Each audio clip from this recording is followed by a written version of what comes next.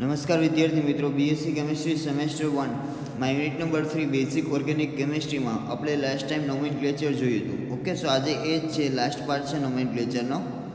It means એક કરતાં વધારે ફંક્શનલ ગ્રુપ આવશે ત્યારે પ્રાયોરિટી કઈ રીતે આપવી એના વિશે આપણે લાસ્ટ લેક્ચરમાં જોયું હતું. જો આજે અમુક એક્ઝામ્પલ એને રિલેટેડ લાસ્ટ 6 એક્ઝામ્પલ છે એ જોયું. ઓકે, સો ચાલો પહેલાં તો first priority order, it means functional ગ્રુપનો પ્રાયોરિટી ઓર્ડર જે છે એ આપણે જોઈ લઈએ. એક કરતાં વધુ ફંક્શનલ ગ્રુપ આવશે તો કેને વધુ પ્રાયોરિટી આપવી. ઓકે, સો એના માટે સિમ્પલી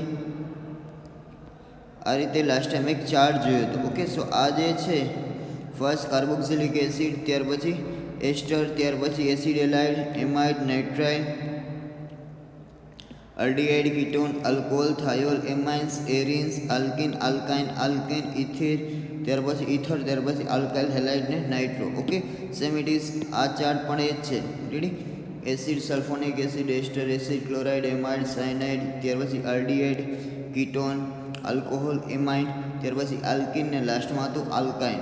ઓકે, સો આ જે છે એ ફંક્શનલ ગ્રુપનો પ્રાયોરિટી ઓર્ડર છે. ઓકે, સો એના ઉપરથી નોમેનક્લેચર કરશું.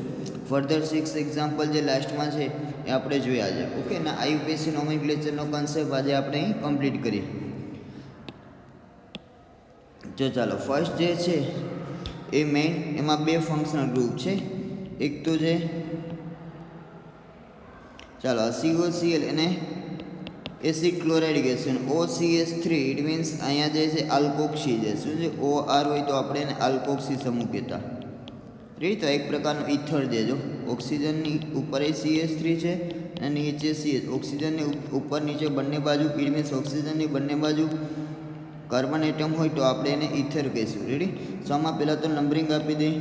નંબરિંગ એસિડ ક્લોરાઇડ ને આ છે ઇથર ને આ છે એસિડ ક્લોરાઇડ. આ બંનેમાંથી પ્રબળ છે એસિડ ક્લોરાઇડ, તો એના પ્રમાણે નંબરિંગ થાય. It means first, second, third, fourth ને ફિફ્થ. ઓકે, સો થર્ડ ઉપર જે OCS3 ગ્રુપ છે એને મિથોક્સી કહીશું, તો 3 મિથોક્સી. ત્યાર પછી 5 કાર્બન છે તો પેન્ટેનોઇલ ક્લોરાઇડ. ઓકે, ત્યાર પછી સેકન્ડ એક્ઝામ્પલ છે. હવે આમાં બે સેકન્ડ એક્ઝામ્પલ જે છે એમાં બે ફંક્શનલ ગ્રુપ છે. એક તો એસિડ છે અને બીજું છે કીટોન. તો એસિડ અને કીટોનમાંથી પ્રબળ કોણ છે? એસિડ. તો એસિડ પ્રમાણે નોમેનક્લેચર થશે નોમેનક્લેચર. તો એસિડના કાર્બોનિલ કાર્બનને ફર્સ્ટ, ત્યાર પછી સેકન્ડ, થર્ડ, ફોર્થ, ફિફ્થ, આ રીતે નંબરિંગ આપવામાં આવશે. ઓકે, સો ફર્સ્ટ નંબરે એસિડ છે ને થર્ડ નંબરે કીટોન છે, એ પાછું વિસ્થાપનમાં આવ્યું. સો 3 કીટોન વિસ્થાપનમાં આવશે તો ઓક્ઝો, સોરી આ જે છે આલ્ડીહાઇડ છે. રેડી, આલ્ડીહાઇડ છે CHO સમૂહ છે. આ રીતે આ જે ફંક્શનલ ગ્રુપ છે આલ્ડીહાઇડ છે. C11O H. જો C11O OH હોત તો એસિડ કહેતા આપણે.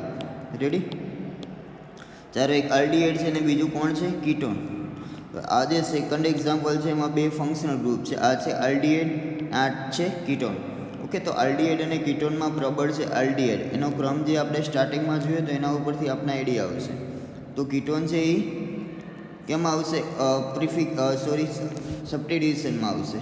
ઇટ મીન્સ શાખામાં કીટોનને ગણશું ત્યારે નામ આગળ કીટોનમાં પ્રિફિક્સ ઓક્ઝો લાગશે. સો 3 ઓક્ઝો. ત્યાર પછી 5 કાર્બન છે તો પેન્ટેનાલ. રેડી, 5 કાર્બન હોય તો પેન્ટેન, આલ્ડીહાઇડ હોય તો આપણે સફિક્સ પાછળ શું લગાવી? આલ. સોનું નોમેનક્લેચર થશે 3 ઓક્ઝો પેન્ટેનાલ. ઓકે, ત્યાર પછી નેક્સ્ટ છે ફોર્થ નંબરે, એમાં એક આલ્કોહોલ છે અને બીજું કીટોન છે.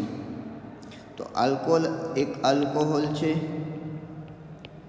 અને બીજું છે કીટોન છે. તો આ બંનેમાંથી પ્રબળ કોણ થશે? તો કે કીટોન. ઓકે, સો તો આપણે કીટોન પ્રમાણે નોમેનક્લેચર કરશું. ઇટ મીન્સ કીટોનના કાર્બોનિલ કાર્બનને ઓછો નંબર આવવો જોઈએ.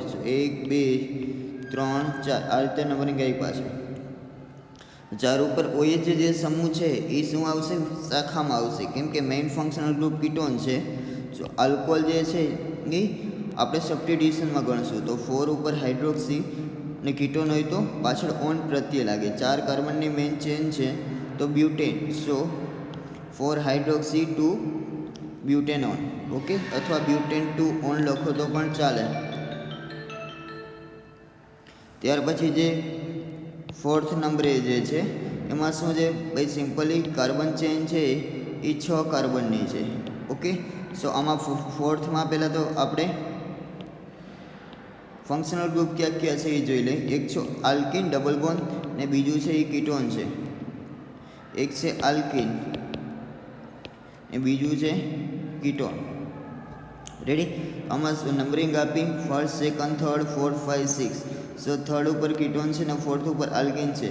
સો મેઇન કાર્બન ચેન 6 કાર્બનની છે તો હેક્ઝેન. શું? હેક્ઝેન. Okay, hexane. ત્યાર પછી 3 ઉપર ઓન, 3 ઉપર કીટોન છે અને ફોર્થ ઉપર આલ્કિન છે. તો આ બંનેમાંથી પ્રબળ કોણ હશે? કીટોન. તો કીટોન પ્રમાણે નોમેનક્લેચર થશે. ઇટ મીન્સ કીટોનના કાર્બોનિલ કાર્બનને ઓછો નંબર આવે એ રીતે નંબરિંગ આપવામાં આવશે. ત્યાર પછી 4 હેક્ઝેન, અથવા આ રીતે પણ લખી શકાય આને. પછી હેક્ઝીન લખ્યું છે. જો હેક્ઝીન ઇટ મીન્સ 4 નંબરે ડબલ બનશે, અથવા આ રીતે લખો તો ચાલે હેક્સ. ત્યાર પછી 4 નંબર ઉપર ડબલ બનશે તો હેક્સ 4 ઇન. ત્યાર પછી 3 ઉપર કીટોન છે તો 3 ઓન, અથવા તો 4 હેક્ઝેન 3 ઓન, આ રીતે પણ ચાલશે. ત્યાર પછી 5th જે એક્ઝામ્પલ છે એમાં ટોટલ કેટલા કાર્બન છે? 5 કાર્બન છે. એમાં પાછા 2 ફંક્શનલ ગ્રુપ છે. એક તો છે આલ્કોહોલ, OH છે, ઇટ મીન્સ એક છે આલ્કોહોલ અને બીજું છે આલ્કિન. સો આલ્કોહોલ અને આલ્કિનમાંથી આલ્કોહોલ પ્રબળ છે તો એના પ્રમાણે આપણે નંબરિંગ કરશું. So first, second, third, fourth, 5th. Okay, so આમાં નંબરિંગ કઈ રીતે થશે? સેકન્ડ ઉપર OH છે, ઇટ મીન્સ આલ્કોહોલનું ફંક્શનલ ગ્રુપ છે એ સેકન્ડ કાર્બને છે અને 4 ઉપર આલ્કિન છે. સો મેઇન કાર્બન ચેન 5 કાર્બનની છે તો પેન્ટેન. ઓકે, 5 હોય તો પેન્ટેન. હવે જો આમાં 4 ઉપર ડબલ બનશે તો પેન્ટ 4 ઇન. ત્યાર પછી સેકન્ડ ઉપર આલ્કોહોલ છે તો 2 ઓલ, આ રીતે લખો તો પણ ચાલે, પેન્ટ 4 ઇન 2 ઓલ. ઓકે, અને લાસ્ટ જે છે એમાં મેઇન કાર્બન ચેન છે એ 4 કાર્બનની છે. હવે ફંક્શનલ ગ્રુપ ક્યાં છે? એક આલ્કોહોલ છે અને બીજું છે ઇથર. એક આલ્કોહોલ છે, OH એટલે આલ્કોહોલ. આ ઓક્સિજનની બંને બાજુ કાર્બન છે તો આ જે છે એ ઇથર છે. એક આલ્કોહોલ છે અને બીજું ઇથર છે તો આ બંનેમાંથી પ્રબળ થશે આલ્કોહોલ. તો આલ્કોહોલ પ્રમાણે નંબરિંગ કરશું. ઓકે, નોમેનક્લેચર કરશું. So first, second, third, fourth. Second ઉપર OCH3 છે તો સેકન્ડ ઉપર મિથોક્સી. રેડી, સેકન્ડ ઉપર મિથોક્સી અને 4 કાર્બન છે તો બ્યુટેનોલ. બ્યુટેનિલ લખ્યું છે, આજે વેરી છે. રેડી, ચાલો એ કરેક્શન કરી નાખજો. અહીંયા બ્યુટેનોલ થશે. શું થશે? બ્યુટેનોલ. રેડી, તો એક કરતાં વધુ ફંક્શનલ ગ્રુપ હશે ત્યારે હંમેશા પ્રાયોરિટીને ધ્યાનમાં રહીને આપણે નોમેનક્લેચર કરશું. તો આ જે 6 એક્ઝામ્પલ આપણે જે કમ્પ્લીટ કર્યા. રેડી, તો આ લાસ્ટ પાર્ટ હતો નોમેનક્લેચરનો. સિમ્પલ આમાં એક કરતાં વધુ ફંક્શનલ ગ્રુપ હોય તો ક્યુ પ્રબળ છે એના પ્રમાણે આપણે એને પ્રાયોરિટી આપવાની અને એના પ્રમાણે આપણે નોમેનક્લેચર કરશું. ઓકે, સો અહીંયા સુધી રાખી નેક્સ્ટ લેક્ચરમાં નવી થિયરી સ્ટાર્ટ કરશું. Okay, so thank you for watching this lecture.